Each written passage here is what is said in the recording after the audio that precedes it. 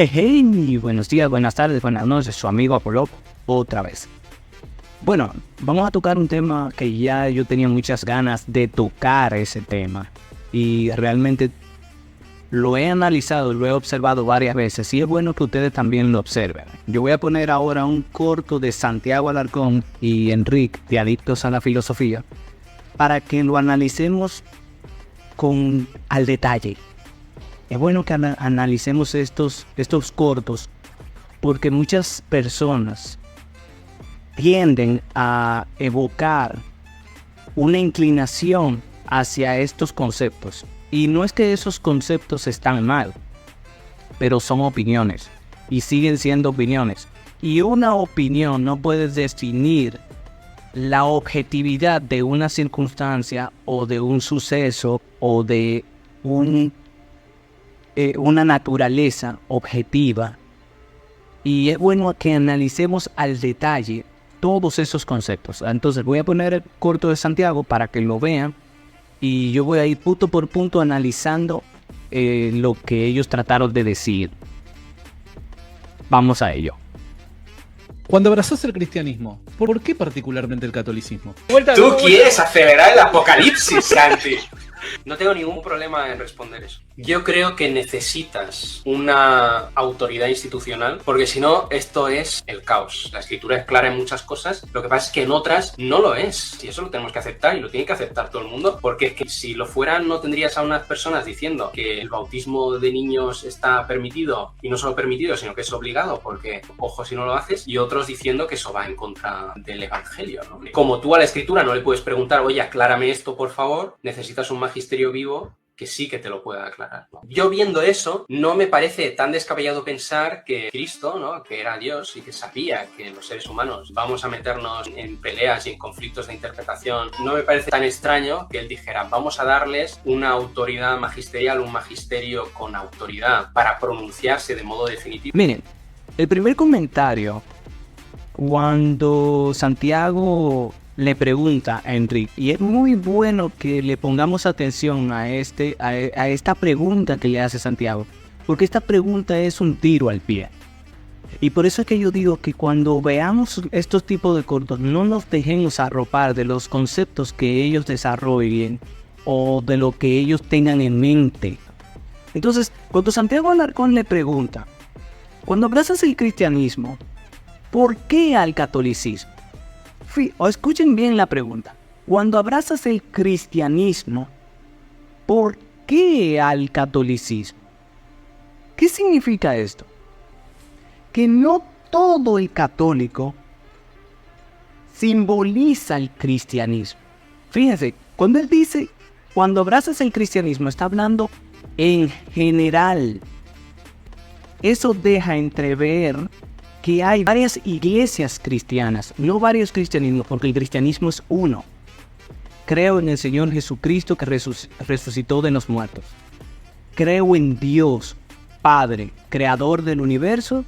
Creo en el Espíritu Santo y que va a estar hasta el fin de los tiempos con nosotros. Aquel que no crea este credo se sale del cristianismo. Puede ser cualquier cosa menos cristianismo. Pero el mismo Santiago Alarcón dice, cuando abrazas al cristianismo, eso deja entrever que en general todos nosotros somos cristianos. Que es mucho más lógico pensar, porque el cristianismo es uno. Ya le acabo de describir el credo que ustedes y yo creo. Entonces, eso es un disparo al pie. Porque es llevar el cristianismo de lo general y al mencionar al catolicismo romano, porque el catolicismo somos todos somos el catolicismo. Catolicismo significa universalidad. La iglesia universal es la católica. Tanto protestante, tanto ortodoxo y tanto católico romano son católicos. Otra cosa que teníamos que tocar. No existe un mal cristianismo. Creo que esto es un concepto erróneo, contradictorio. sí pueden haber malas doctrinas, malas prácticas. Sí, claro. En todo lo que es el accionar humano,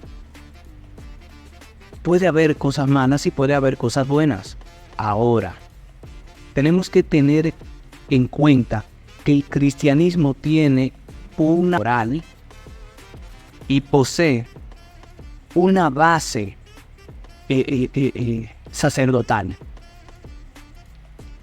El cristianismo no puede ser malo, porque ser cristiano es creer en Cristo, creer en Dios, creer en el Espíritu Santo, ayudar al prójimo, amar a tu prójimo. Eso es ser cristiano. Entonces no puede haber un mal cristianismo. Eso no existe, porque es contradictorio con la misma naturaleza de ser cristiano. Ser malo es contrario a ser cristiano. Es como si alguien dijera: yo soy un cristiano ateo. Eso es contradictorio. Yo soy un cristiano malo. Eso es contradictorio. Porque no puede haber un cristiano que no crea en Dios. No puede existir el cristiano ateo. Pero tampoco puede existir el cristiano que le lleva la contraria a Dios. Eso quiere decir que es un cristiano malo. No. O tú eres cristiano o tú eres malo. Las dos cosas no pueden ser. Entonces, este es otro punto que hay que tocar. Otro punto que en el corto que pude ver y pude visualizar fue... Él menciona que... Él dice: yo creo que necesitas una autoridad institucional. Cuando él menciona esto, él está siendo subjetivo. Porque cuando él dice yo creo, te hace una persona falible. Y eso quiere decir que como persona falible, yo puedo tomar la decisión de creerte o no, porque eres una persona falible. Igualmente cuando un protestante te dice: no, la autoridad son las escrituras y debes creer lo que las escrituras dicen, y no sumarle ni restarle, yo estoy siendo falible al darle esa postura. Depende de ti creer en lo que yo estoy diciendo, o depende de mí creer en lo que tú estás diciendo. Entonces cuando Enrique dice: yo creo que necesitas un magisterio, tú estás siendo falible en esa postura. Puedes estar equivocado con tu opinión, y no es tan difícil de averiguarlo. La problemática no se resuelve con el magisterio, porque ¿qué es el magisterio? Y yo voy a dar más adelante lo que es el magisterio, la iglesia. ¿Qué es la iglesia? ¿Dónde está la iglesia? Obviamente mi opinión es falible, pero la de ellos también. Lo que podemos hacer es, dada la evidencia y la historia y el desarrollo teológico del cristianismo, podemos sacar una conclusión más asertiva que la otra. ¿Puedo estar equivocado? Claro que sí. Yo no asumo la responsabilidad de que mi iglesia es la única santa y verdadera. Eso lo hace el católico romano. Por eso tiene una piedra muy pesada que cargar.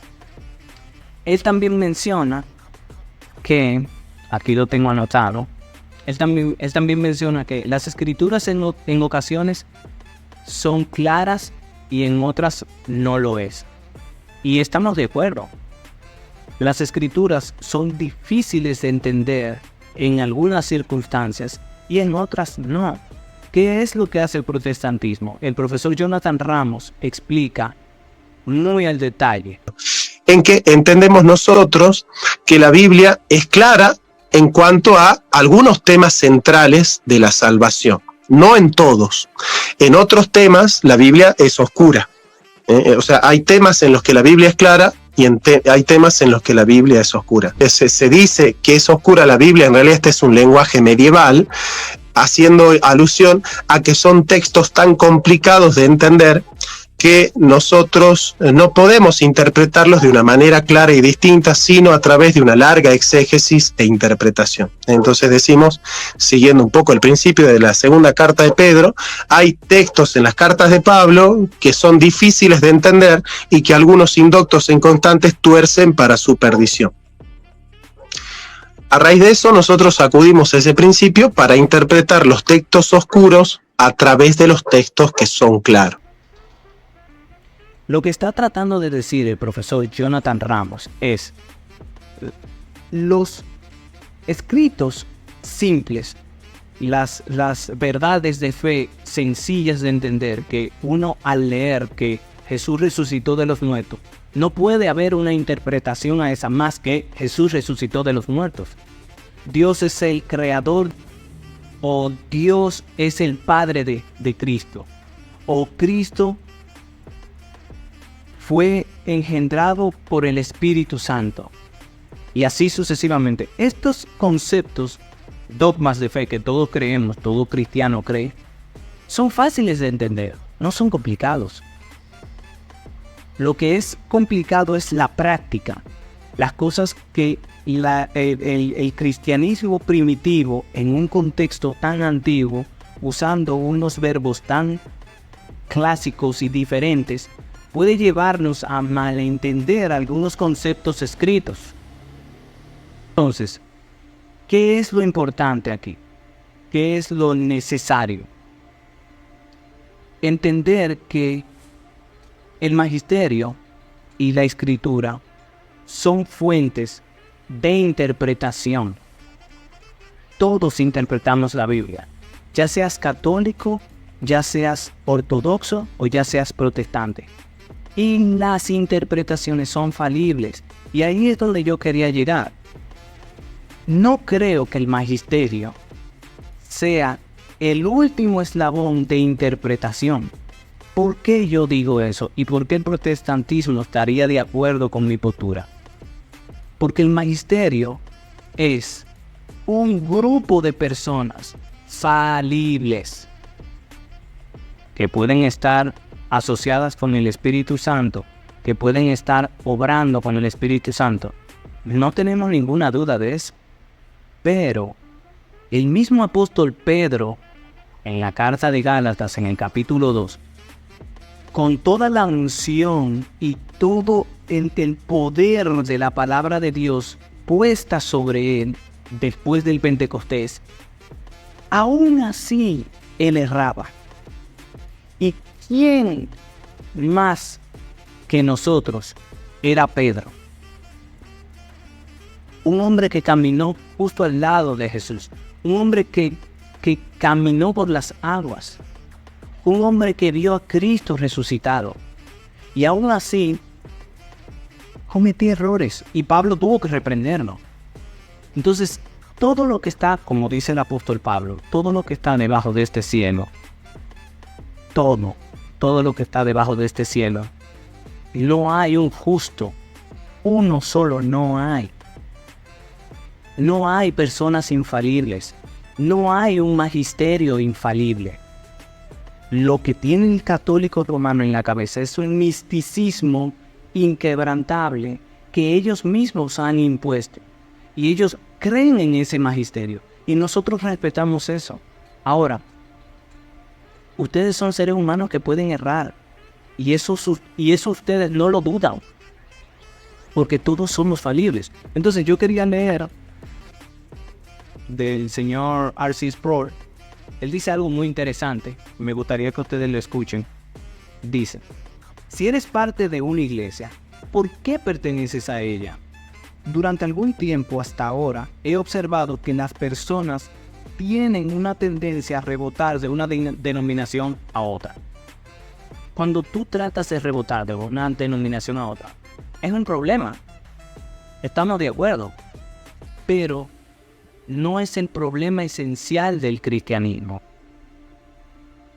Luego sigue diciendo: a menudo la gente se siente cómoda yendo de denominación en denominación o de congregación en congregación. Lamentablemente, rara vez encontramos personas que pongan atención a lo que la iglesia cree. Y voy a poner entre paréntesis la palabra iglesia. Fíjense cómo él percibe que él es parte del cuerpo de Cristo. Y no aleja las otras denominaciones. Como dijo Santiago Alarcón al principio de este video, en su primera pregunta, cuando abrazas el cristianismo, eso quiere decir que él sabe que todos somos cristianos. Bien, entonces, sigue diciendo R.C. Sproul. Cuando la iglesia fue llamada a la unidad en el Nuevo Testamento, debemos recordar que el apóstol Pablo habló de unidad de estos términos. Él habló de unidad en estos términos: un Señor, una fe y un bautismo. Esta unidad no es algo meramente superficial, en el sentido de ser una organización unificada o una metodología.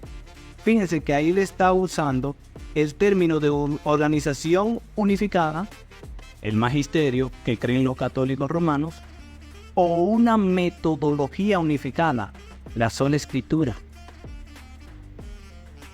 Ven cómo él atina a los conceptos, porque él sabe cómo describirlo. De hecho, el señor Sproul fue quien escribió esa Biblia que está aquí atrás. Entonces, en una confesión de fe en la persona, es una confesión unificada de fe en la persona y la obra de Jesucristo. Ese es el cristianismo, ese es el evangelio, ese es el magisterio. Y luego sigue diciendo, y en segundo lugar, se debe concordar sobre el contenido de esa confesión. ¿Cuál confesión? El credo. Creo en el Señor Jesús, creo en el Dios Padre, el creador del universo, creo en el Espíritu Santo. Ese es el credo. R.C. Sproul es asertivo porque no deja fuera el catolicismo romano, ni tampoco deja fuera las metodologías protestantes. Entonces, la iglesia es un cuerpo que tiene varias partes. Y cada parte, como dice el apóstol Pablo en la carta a los Corintios, en el capítulo 12, que el cuerpo es uno, pero que el brazo derecho no se entere el brazo izquierdo. Bueno, eso es todo por hoy. Espero que les haya gustado el video. Espero haberle dado una respuesta objetiva. Espero que Santiago analice bien las cosas que está lanzando por las redes sociales y que todo cristiano escuche la palabra de Dios, escuche lo que es el magisterio, lo que es la iglesia, lo que es el cuerpo de Cristo, y traten de analizar y llegar a una conclusión donde no haya división, sino donde haya una unión fraternal. Eso es todo por hoy. Espero que les haya gustado y hasta pronto.